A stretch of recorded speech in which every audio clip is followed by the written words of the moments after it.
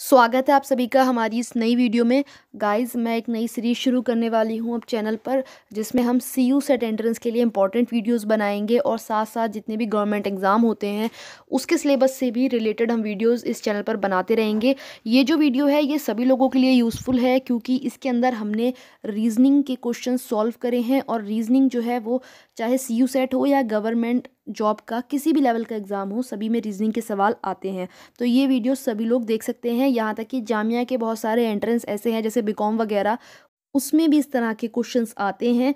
इस वीडियो के अंदर हमने सीरीज चैप्टर के हर तरह के क्वेश्चन सॉल्व करने की कोशिश करी है। उम्मीद है वीडियो आपको पसंद आएगी। कमेंट करके हमें ज़रूर बताएं। चलिए वीडियो को शुरू करते हैं। तो ये है हमारा पहला सवाल, जो कि बहुत ही बेसिक है अल्फ़ाबेटिकल रीजनिंग का। तो देख लेते हैं क्या है। यहाँ पर लिखा हुआ है ABC और उसके बाद FGHLMN। तो यहाँ पर जो फोर्थ में सीरीज़ में जो शब्द आएंगे वो क्या है, हमें ये पता लगाना है। तो देखिए ABC, ये तो एक के बाद एक आते ही हैं। अब C से F पर कैसे आए, तो देखिए C के बाद आता है D और E, तो दो शब्दों को छोड़ने के बाद आ गए E पर। इसके बाद नेक्स्ट है FGH, H के बाद IJK, K के बाद आता है L, फिर LMN। तो अब हमें यहाँ जो वर्ड आएगा वो पता लगाना है। तो यहाँ पर आप देखिए कि इन्होंने दो वर्ड्स छोड़े, यहाँ पर तीन छोड़े, तो जाहिर सी बात है कि N के बाद हमें चार शब्द छोड़ने होंगे, जिससे कि हम नेक्स्ट वर्ड का पता लगाएं। तो N के बाद आता है OPQR, R के बाद आता है STU, तो यानी कि यहाँ पर आएगा STU। तो STU ऑप्शन में है जी, बिल्कुल है। तो ऑप्शन C जो है वो है इसका सही जवाब। चलिए नेक्स्ट पे चलते हैं। ये है हमारा नेक्स्ट क्वेश्चन और यहाँ लिखा हुआ है DHL। पहले वाले क्वेश्चन से थोड़ा सा ये इसका लेवल हाई है, लेकिन ये भी इजी ही है। देख लेते हैं कैसे सॉल्व होगा। यहाँ लिखा है BFJ। अब हमें पता लगाना है कि इसमें कितने वर्ड्स छोड़े गए हैं। तो हम देख सकते हैं कि D के बाद आता है E और F, EF और G, इसके बाद आता है H। तो यहाँ पर तीन लफ्ज़ छोड़े हैं। फिर H से L तक आने के लिए क्या करा है, I, J और K, तो यहाँ पर भी तीन वर्ड छोड़े हैं तो L आ गया। अब इसी तरीके से L से P पर कैसे आए हैं, तो L के बाद आता है M, N, O, फिर आ गया P। इसी तरीके से P के बाद भी तीन वर्ड्स इन्होंने छोड़े हैं, Q, R, S।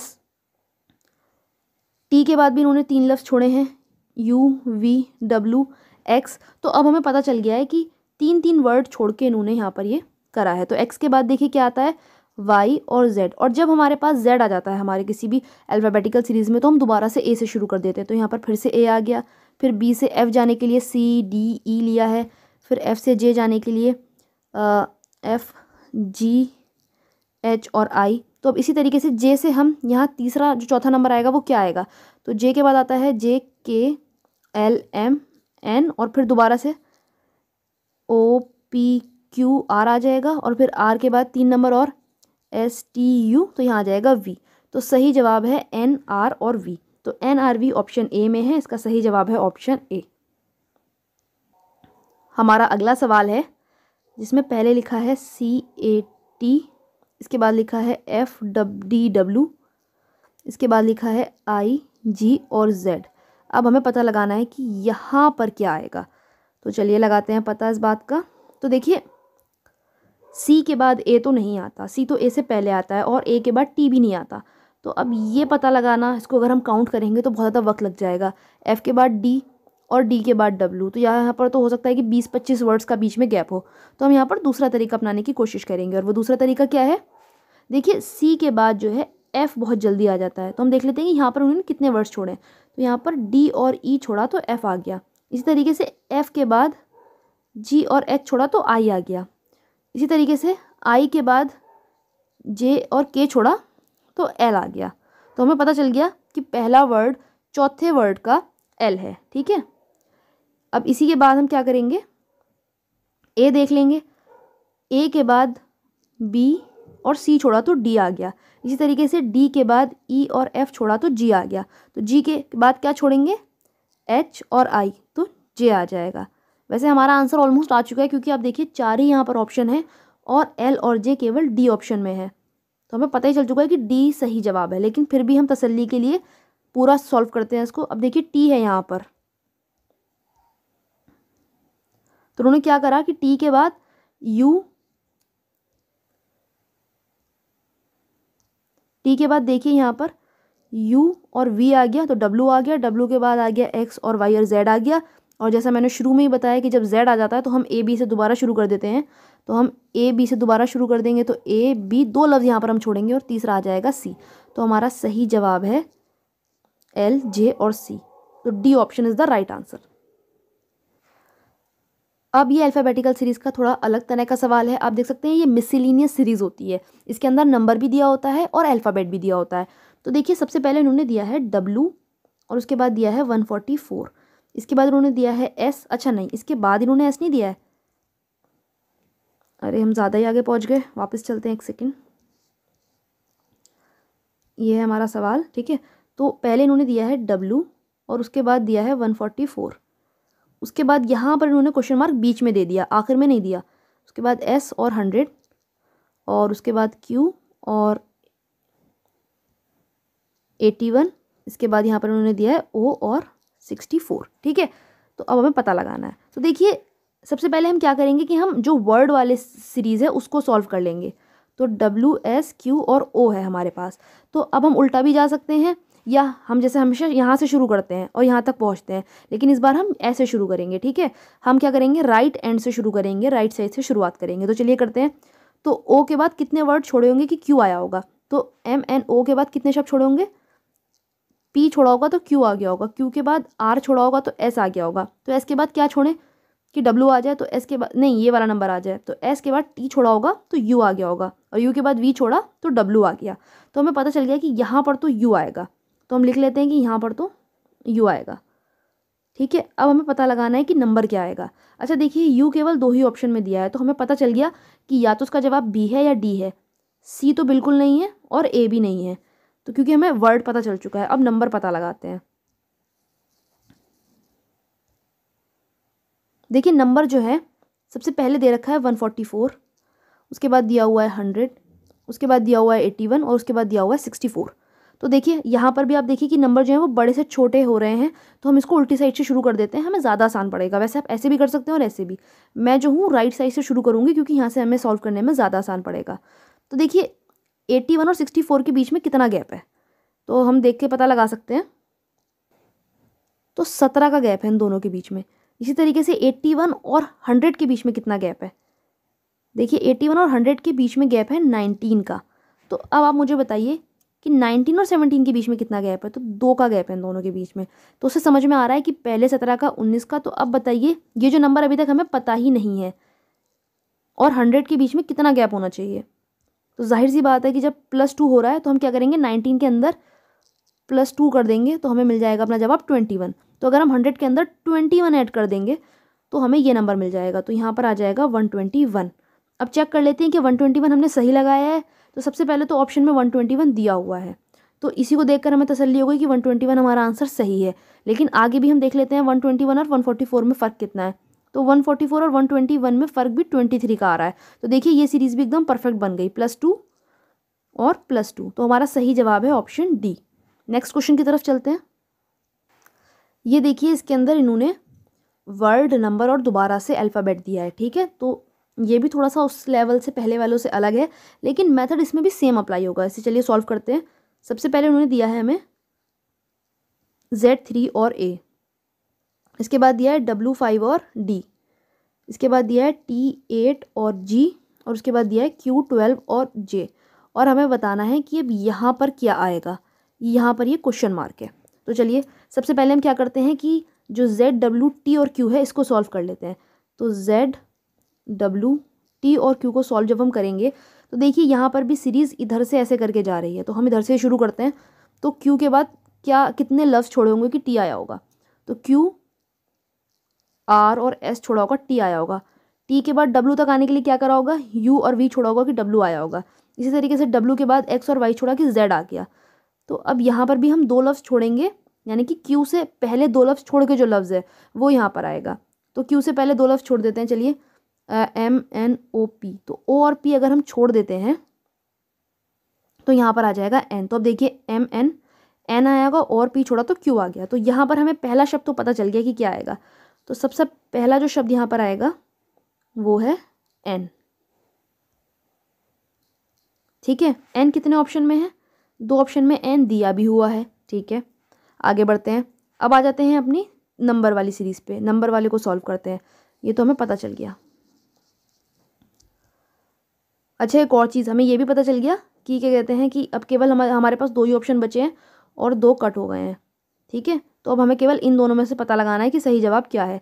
तो देखिए यहाँ पर नंबर क्या दिया हुआ है, 3, 5, 8 और 12। तो अब देखिए नंबर जो है वो इधर की तरफ बढ़ रहे हैं, तो हम इनको इधर से ही सॉल्व करेंगे, लेफ्ट से ही सॉल्व करेंगे जैसे हम शुरू में करते थे। तो देखिए 3 में क्या नंबर उन्होंने ऐड करा कि 5 आ गया। तो यहाँ पर आप देख सकते हैं कि +2 है। इसके बाद 5 से 8 लाने के लिए +3 करा है, 8 से 12 लाने के लिए +4 करा है। तो जाहिर सी बात है अब यहाँ पर +5 हो जाएगा। तो 12 में अगर हम 5 जोड़ देंगे तो क्या आ जाएगा, 17। तो यहाँ पर हमें पता चल गया कि आंसर है N17।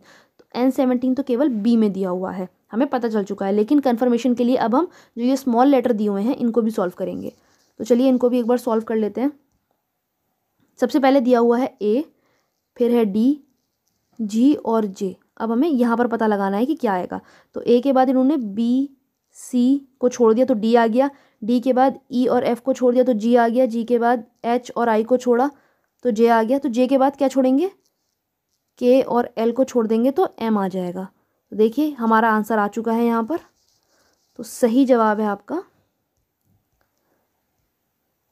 N17M, और यही आंसर इसमें हमें दिया भी हुआ है। ठीक है, चलिए अब नेक्स्ट क्वेश्चन की तरफ चलते हैं। तो जो हमारा नेक्स्ट सवाल है ये थोड़ा डिफरेंट है पिछले बाकी 5 सवालों से। तो देख लेते हैं क्या है। लिखा हुआ है if each vowel in the word impose is change to the next letter in the English alphabet then which of the following will be the 5th letter from the left end. ठीक है, समझा देते हैं। देखिए इसमें बोला है कि अगर हर वॉवल को, ठीक है एक सेकेंड पेन चेंज कर लेते हैं पहले। इसमें बोला है कि अगर हर वॉवल को इम्पोज एक वर्ड है तो इसमें अगर हर वॉवल को हम नेक्स्ट लेटर में पहुंचा दें। फॉर एग्जांपल अगर इम्पोज में आई है तो इसको बदलकर आई के बाद क्या आता है, जे कर दें। ठीक है, इसको बदलकर जे कर दें। इसी तरीके से ओ एक वॉवल है, ओ को बदलकर पी कर दें। तो बताइए कि इसका 5th लेटर क्या होगा लेफ्ट एंड से। तो सबसे पहले समझ लेते हैं कि लेफ्ट एंड किसे बोलते हैं। देखिए अगर कोई शब्द है, फॉर एग्जाम्पल इम्पोज को ही ले लेते हैं, मान लीजिए एक शब्द है जो इम्पोज ही है, इसको ही ले लेते हैं। तो इसका लेफ्ट एंड कौन सा हो गया, जाहिर सी बात है ये साइड लेफ्ट है तो ये इसका लेफ्ट एंड हो गया। ठीक है, और ये साइड राइट है तो ये इसका राइट एंड हो गया। तो पूछ रहे हैं कि इसका 5th वर्ड क्या होगा लेफ्ट एंड से। तो अभी फ़िलहाल इसका 5th वर्ड क्या है, 1 2 3 4 5, अभी फ़िलहाल एस है। लेकिन अभी हम इसको कन्वर्ट करेंगे और फिर पता लगाएंगे कि इसका लेफ्ट एंड से 5th वर्ड क्या होगा। चलिए आंसर को सॉल्व करते हैं। सबसे पहले इस वर्ड को लिख ही लेते हैं हम अपने पास। अब हमें क्या करना है कि हर वॉवल को जो है वो चेंज कर देना है नेक्स्ट लेटर में। तो सबसे पहला वॉवल हमारे पास है आई। वॉवल्स कौन कौन से होते हैं, ए ई आई ओ और यू। ठीक है, तो सबसे पहला वॉवल हमारे पास आई है। अब हम इसको चेंज कर देते हैं तो यह बन जाएगा आपका जे। एम एज इट इज़ आ जाएगा, पी भी एज इट इज़ आ जाएगा। अब हम ओ को चेंज कर देते हैं तो ओ क्या बन जाएगा आपका, M N O P, A B P बन जाएगा। उसके बाद एस सेम रहेगा और ई को भी हम चेंज कर देंगे तो ई बन जाएगा एफ। और अब ये पूछ रहा है कि इसका 5th लेटर क्या है। तो लेफ्ट एंड ये है, इससे 5th लेटर काउंट कर लेते हैं, 1 2 3 4 और 5। तो 5th लेटर जो है वो अनचेंज ही है। तो हमारा सही जवाब हो गया ऑप्शन डी। नेक्स्ट सवाल भी पिछली कैटेगरी तरह है लेकिन थोड़ा सा बदल दिया है। चलिए देखते हैं क्या है। In the word the place value of the letters according to English alphabet are written in descending order then which number is 4th from the left end. Again यहाँ पर लेफ्ट एंड शब्द का प्रयोग हुआ है। देखिए, और शब्द है हमारे पास इमेस्कुलेट, और कह रहे हैं कि ये जो शब्द है इसके अंदर जितने भी वर्ड्स हैं इनको अगर हम इंग्लिश अल्फ़ाबेट के हिसाब से डिसेंडिंग ऑर्डर में लिख दें तो लेफ्ट एंड से चौथा शब्द कौन सा होगा। तो सबसे पहले तो हम इस वर्ड को यहाँ पर लिख लेते हैं, जिससे ये चीज़ हमारी क्लियरली समझ में आए। ठीक है, थोड़ा दूर दूर करके हम लिखेंगे। ये हमने इसको यहाँ पर लिख लिया। अब ये कह रहे हैं इसके अंदर ये जितने भी शब्द दिए हुए हैं इनको हम क्या करेंगे, इंग्लिश अल्फ़ाबेट जैसे ABCD होती है उस हिसाब से डिसेंडिंग ऑर्डर में लिख देंगे। डिसेंडिंग ऑर्डर क्या होता है, बड़े से छोटे की तरफ जो जाता है। तो चलिए डिसेंडिंग ऑर्डर में लिख लेते हैं इसको सबसे पहले हम। ठीक है, देखिए इस सब में सबसे बड़ा लफ्ज़ कौन सा है, तो यू जो है वो सबसे बड़ा है, तो सबसे पहले हमारा यू ही आ जाएगा। तो सबसे पहले हम यू को ही लिख लेते हैं। इसके बाद सबसे बड़ा लफ्ज़ कौन सा है, टी है। टी के बाद एस है। एस के बाद आई थिंक एम है। अच्छा, जो हम लिखते जा रहे हैं उसको हम काटते रहते हैं ताकि कन्फ्यूज़न ना हो। टी हमने ले लिया है, एम भी हमने ले लिया, एस भी हमने ले लिया। इसके बाद सबसे बड़ा वर्ड है एल। एल के बाद देखिए सबसे बड़ा कौन सा है, इसके बाद है ई, ये वाला, और फिर डबल ई आ जाएगा। इसी हिसाब से डबल ए आ जाएगा। तो हमने सारे वर्ड लिख लिए। अब इसमें सवाल है कि लेफ़्ट एंड से जो वर्ड है वो कौन सा है। ठीक है, तो लेफ़्ट एंड हमारा ये वाला हो गया। अब इससे फोर्थ वर्ड देख लेते हैं, 1 2 3 और फोर्थ। तो फोर्थ वर्ड है हमारा एम। लेकिन ये क्या बात, ऑप्शन में तो यहाँ पर नंबर दिए हुए हैं। तो देखिए यहाँ पर पूछा क्या है कि विच नंबर इज़ फोर्थ, तो नंबर पूछा है एम का। तो अब आप इसे काउंट कर सकते हैं अपनी फिंगर्स पर कि एम किस नंबर पर आ रहा है।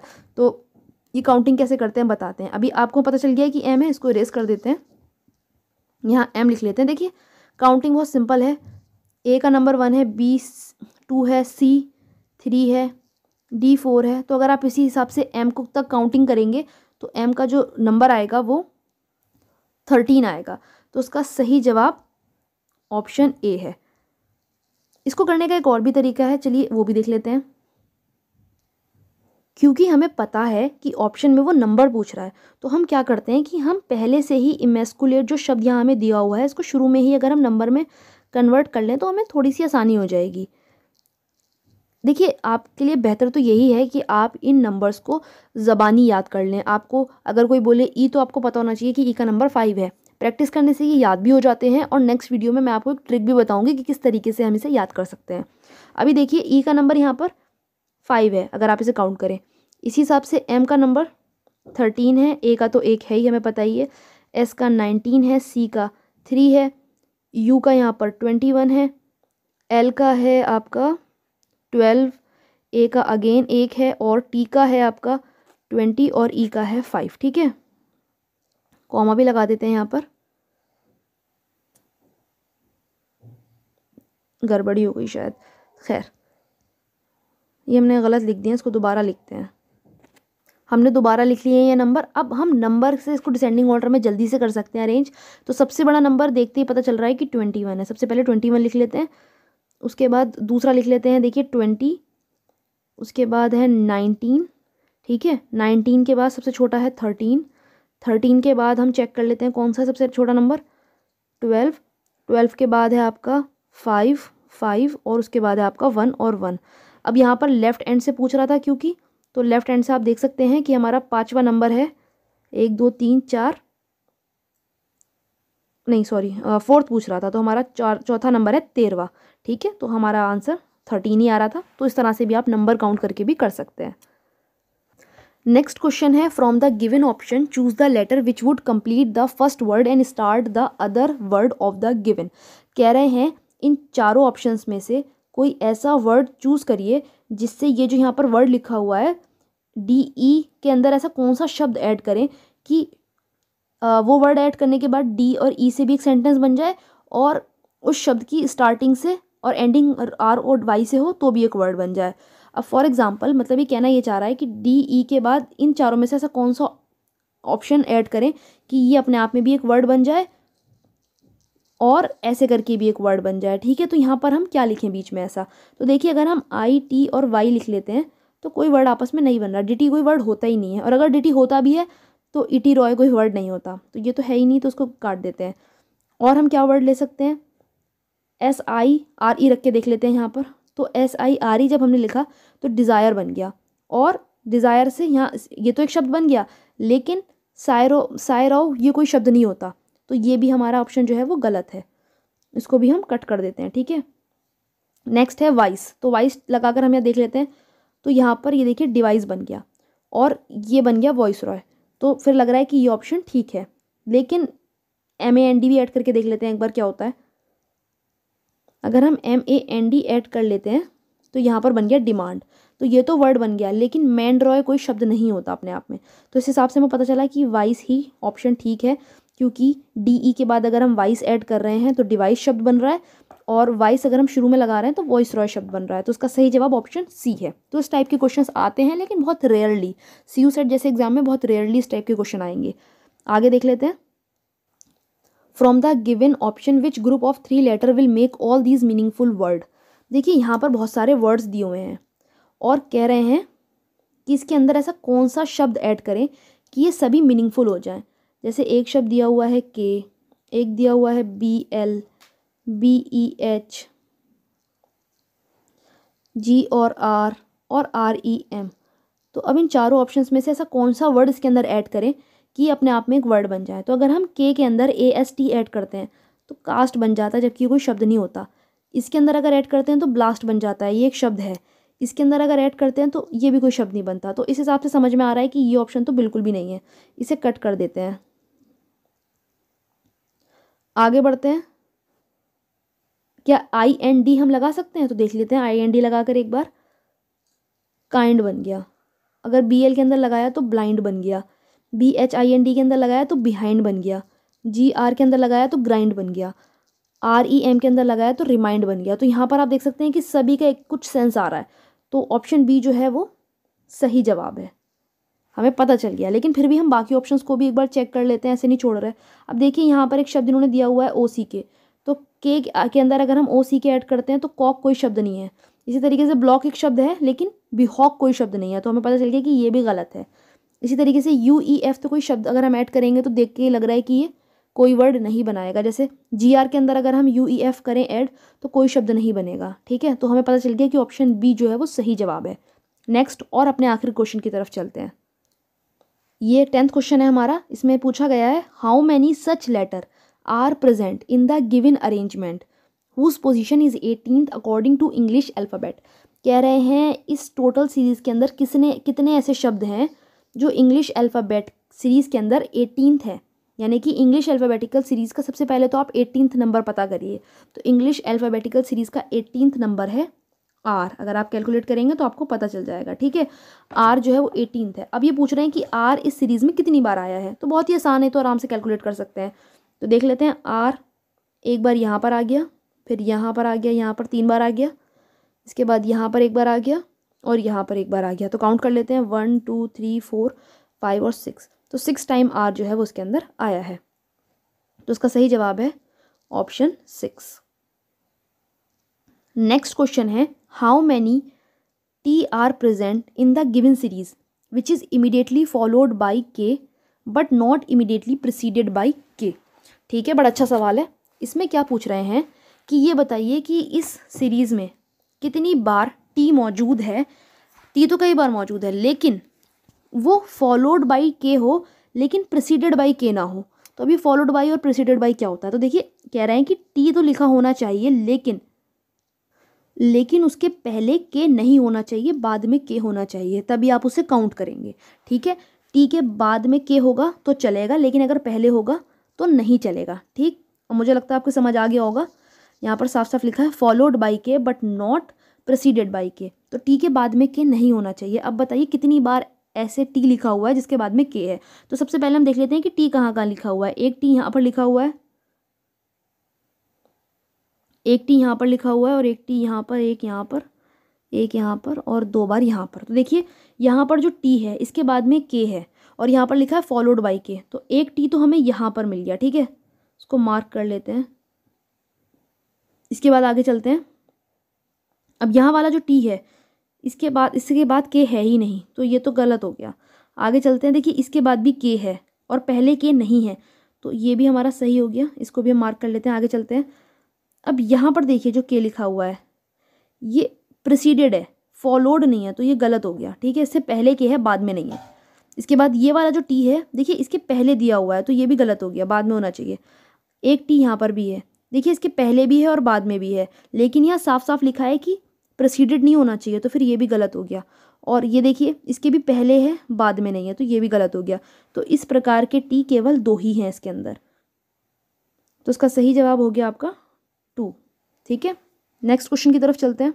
लास्ट क्वेश्चन है, in the given rearrangement how many letter are placed wrongly based on their position according to the English alphabet. कह रहे हैं इंग्लिश अल्फ़ाबेट जो होता है ABCDEFGH, उसके अकॉर्डिंग कितने वर्ड्स गलत लिखे हुए हैं, और वो गलत लिखे हुए वर्ड्स कौन कौन से हैं। तो बहुत ही सिंपल है, आप ABCD सबको याद होगी मुझे उम्मीद है। तो देख लेते हैं कि देखिए A के बाद B आता है, CDEFGHI। देखिए G के बाद H और I नहीं दे रखा है इन्होंने, I और H दे रखा है, तो I और H गलत लिखा हुआ है सबसे पहले। तो उसके बाद आगे देखते हैं JKLMNOPQRSTUV, तो U और V होना चाहिए, यहाँ पर V और U लिखा हुआ है। उसके बाद WXYZ, ठीक है, तो यहाँ पर I और H और VU गलत लिखे हुए हैं। तो ऑप्शन में IH और VU हैं, बिल्कुल हैं। देखिए यहाँ पर आपका जो तीसरा ऑप्शन है वो IH और VU है, तो उसका सही जवाब ऑप्शन C है। उम्मीद है आपके ये सवाल समझ में आए होंगे, और अगर आपकी सवाल समझ में आए हैं तो वीडियो को लाइक करिए और चैनल को ज़रूर सब्सक्राइब करिए, और कमेंट करके हमें बताइए कि ये वीडियो आपको कैसी लगी।